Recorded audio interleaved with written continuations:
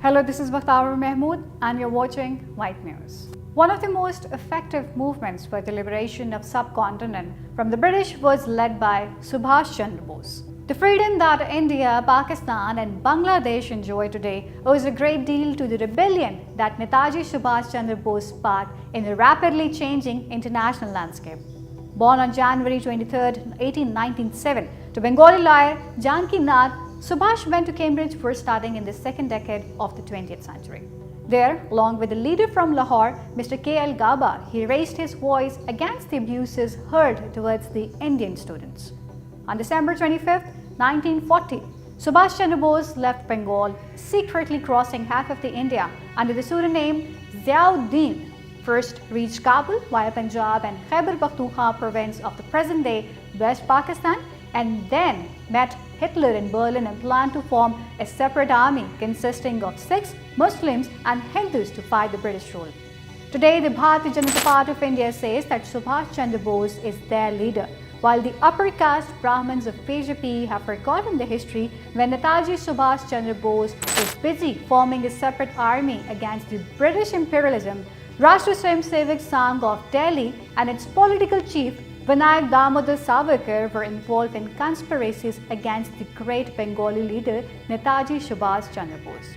It must be endorsed today, the concept of extremist Hindutva was given to Rashtriya Swayamsevak Sangh and the Indian BJP by Vinayak Damodar Savarkar. And it was Vinayak Damodar Savarkar who forcibly included Sikhs, Jains and Buddhists as part of the Hinduism, which is still part of the Indian constitution today.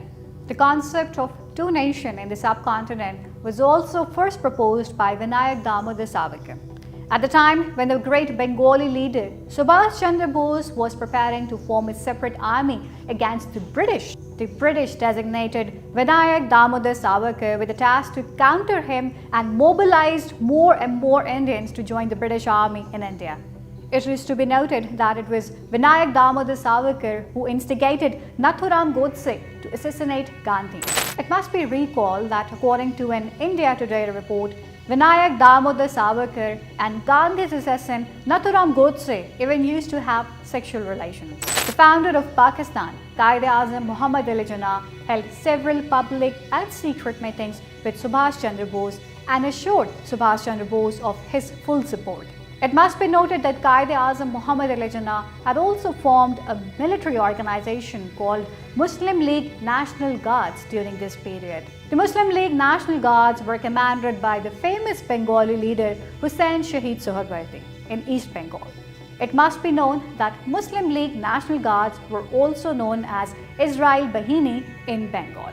Shubash Chandra Bose wanted to push the British imperialism out of India with the alliance of Muslim League National Guards and the independent Indian army he had formed, but it couldn't happen so. On 18 March 1944, after nearly 43 days of the war, several places in the Indian state of Assam were captured by the independent Indian army under Shubash Chandra Bose. But 4 months later, the independent Indian army also had to retreat and their conquered territories were recaptured by the local Indian army. Mr. Shubash managed to escape with some of his comrades, but it was unfortunate that on August 18, 1945, while he was on his way to Japan, his plane crashed on way to Tai Hoku Airport in Taiwan and he got killed in the accident.